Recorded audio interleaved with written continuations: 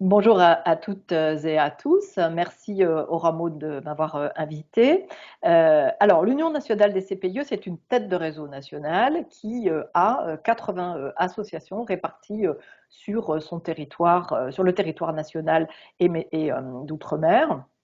Et ce sont environ 800 salariés, on a un réseau assez fortement employeur, et 11 250 membres et bénévoles qui sont dans ce réseau. Notre ambition, c'est, enfin d'autres sujets, c'est l'écologie, ça a été l'environnement puisqu'on a été créé dans les années 70, c'est maintenant la transition écologique et en 3 périodes distinctes, nous d'adaptation aussi et d'ajustement et d'innovation au regard des besoins sur les sujets écologiques, nous avons développé notre projet associatif. Une première période sur l'invention, parmi les réseaux inventeurs de l'éducation à l'environnement des années 70 aux années 90. Une deuxième période d'invention de l'ingénierie territoriale environnementale et de la concertation avec l'arrivée de la plus forte de la loi et de la réglementation dans les questions de développement territorial et en particulier avec l'approche environnement et l'arrivée aussi de la décentralisation et des élus et des collectivités peu aguerris à ces sujets-là. Et enfin, une troisième période où là, véritablement, nous sommes dans la co-construction de l'action commune en territoire, convaincus que pour qu'advienne une véritable transition écologique, c'est l'implication de tous les acteurs dans leur rapport à l'environnement naturel qui doit pouvoir être prise en compte pour qu'adviennent des changements et que des équilibres entre les rapports humains et non humains soient pris en compte dans les questions de développement.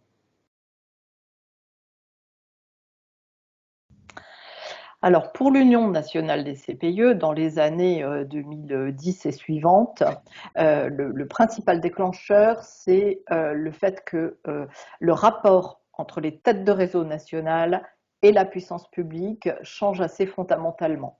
C'est-à-dire que la mission, voire même l'utilité des têtes de réseau est questionnée par la puissance publique qui se demande, dans un contexte de raréfaction de l'argent public national, qui se demande quelle est véritablement la valeur ajoutée des têtes de réseau, est-ce qu'il y en a une, et qui se demande dans quelle mesure, pour faire un petit peu lapidaire, ce n'est pas tant que ça, est-ce que ce ne sont pas des centres de coûts plus qu'autre chose. Et du coup, la baisse très progressive puis accélérée des conventionnements par la modalité de subvention, qui est notre modalité majeure, apparaît, est de plus en plus visible et évidemment impacte le fonctionnement d'une tête de réseau comme la nôtre. C'est véritablement l'effet déclencheur pour la tête de réseau de la réflexion sur modèle socio-économique. Alors, la posture associative, chez nous, mais globalement dans les associations, elle est souvent politique et opérationnelle. Politique au sens où ça intègre aussi la question des valeurs et au sens de à quoi on croit, qu'est-ce qu'on a envie c'est quoi nos idées, qu'est-ce qu'on a envie de penser et de développer dans la société. Et tout de suite, on passe à l'opérationnel, qu'est-ce qu'on fait? Et il manque une case qui est la case stratégique. Et cette case stratégique, c'est selon moi celle du modèle socio-économique. Et il faut la réintroduire parce qu'on ne passe pas comme ça en direct du politique à l'opérationnel, sinon on oublie de se poser un certain nombre de questions majeures pour l'efficience ensuite de l'action. Et donc, passer par la case stratégique, ça permet de se dire, ok, notre vision, d'accord, mais c'est quoi notre ambition? Avec qui on a envie de faire des choses? Pourquoi on a envie de faire des choses? Et du coup, fonction de ce que nous voulons réaliser, quelle est la meilleure nature des ressources adéquates pour cela? et comment va-t-on les employer, ces ressources. Et là, ça permet de dépasser aussi un prisme associatif assez marqué, qui est que dans l'histoire, en tous les cas du XXe siècle, du fait associatif, on ne se pose pas la question de modèle socio-économique, on se pose juste la question de savoir comment nos idées vont être financées par la puissance publique. Et là, le sujet modèle socio-économique apparaît parce qu'on est confronté au fait que la puissance publique est en train de se désengager, en tout le cas dans le cas de la tête de réseau national dont je parle. C'est là qu'apparaît l'espace de dialogue entre la gouvernance et la direction. La gouvernance portant plutôt le fait politique et très opérationnel, et la direction introduisant le fait stratégique. Alors en fait, ça permet d'avoir une approche, en introduisant la dimension modèle socio-économique, ça permet d'avoir une approche très concrète et très pédagogique dans les échanges avec les élus sur ces sujets-là.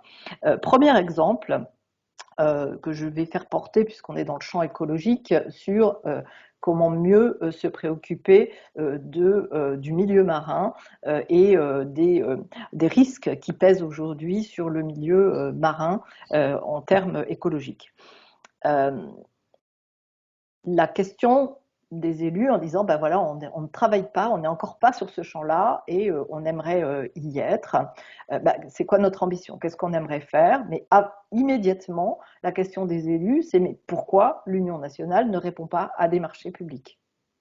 D'accord? On peut répondre à des marchés publics, mais c'est quoi l'ambition qu'on porte sur le milieu marin? Dire qu'on veut préserver le milieu marin, dire que le milieu marin est un enjeu, c'est un élément de la vision, mais qu'est-ce qu'on veut faire? Qu'est-ce qu'on veut faire précisément? Est-on sûr qu'on va trouver un marché public qui va permettre de répondre à l'ambition qui est la nôtre, premièrement? Deuxièmement, nous sommes une tête de réseau nationale. L'ambition, c'est bien d'embarquer l'accompagnement de notre réseau, puisque c'est notre mission de tête de réseau. Que va-t-on trouver dans un marché public qui va nous permettre d'emmener nos CPIE, alors que le marché public il va plutôt répondre à une commande posée par la puissance publique et qui va évidemment pas intégrer cette dimension-là. Et troisièmement, nous sommes-nous posé la question, puisque nous sommes une association reconnue d'utilité publique, de l'intérêt pour cette association d'aller se positionner sur le marché. Et là, le chemin commence à s'ouvrir sur, en effet, il faut peut-être réfléchir à la nature des ressources et à la façon dont on veut les employer. Deuxième exemple, je m'arrêterai sur ce deuxième exemple.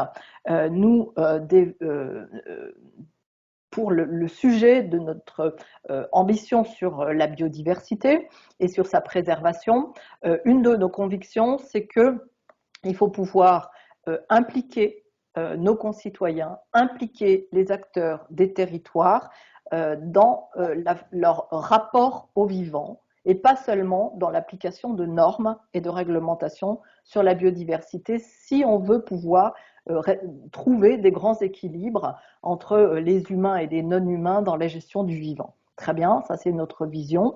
Quelle va être notre ambition là-dessus? Une de nos ambitions, ça va être que veut-on faire? Eh bien, on voudrait développer les sciences participatives biodiversité. Très bien. Et bien là, pourquoi n'allons-nous pas chercher des mécènes? D'accord? Mais alors, est-ce qu'on s'est posé la question de qui serait-il?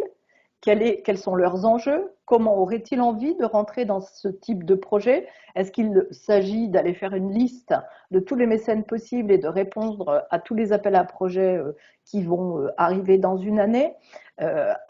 Pouvons-nous faire une sélection avec qui on voudrait parler, rencontrer leurs enjeux, les confronter aux nôtres, etc. Et à nouveau, là, le chemin commence à se prendre de cette façon dont on peut penser autrement le rapport au modèle socio-économique.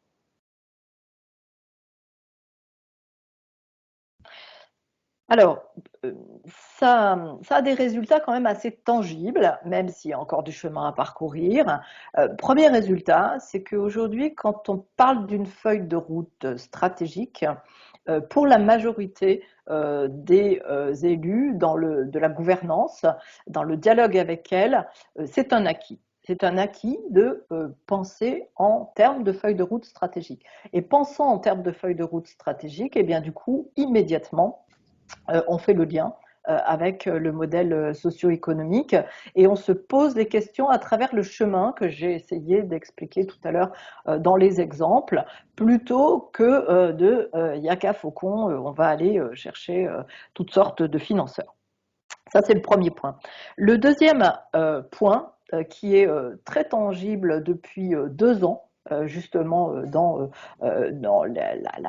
même qui s'aperçoit dans la structuration des coûts et des charges de l'Union nationale des CPIE, c'est le fait qu'on est beaucoup plus en situation partenariale sur projet. Euh, il est normal, et c'est une de nos missions, c'est notre raison d'être quasiment, que d'agir avec et pour notre réseau. Donc là, il y a bien sûr le rapport avec les CPIE membres de chez nous, mais nous avons des partenaires extérieurs sur projet et souvent nous en sommes des chefs de file et ça se voit donc dans la production des comptes annuels de l'Union nationale des CPIE. C'est très tangible depuis 2019 et ça augmente. Et enfin, sur la question des perspectives, euh, ça va nous amener maintenant à nous poser dans un cran encore plus structurel, euh, c'est quoi la question de c'est quoi qu'est-ce que ça va changer de plus fondamentalement dans la structure de notre réseau en interne, dans l'articulation entre ces échelons territoriaux, local, régional, national, et dans l'articulation entre ces échelons-là et des alliés potentiels, puisque des piliers des modèles économiques sont les alliances. Quelles alliances territoriales et quelles alliances nationales et quelle articulation entre tout ça. Et c'est cette étape-là à laquelle nous sommes rendus aujourd'hui.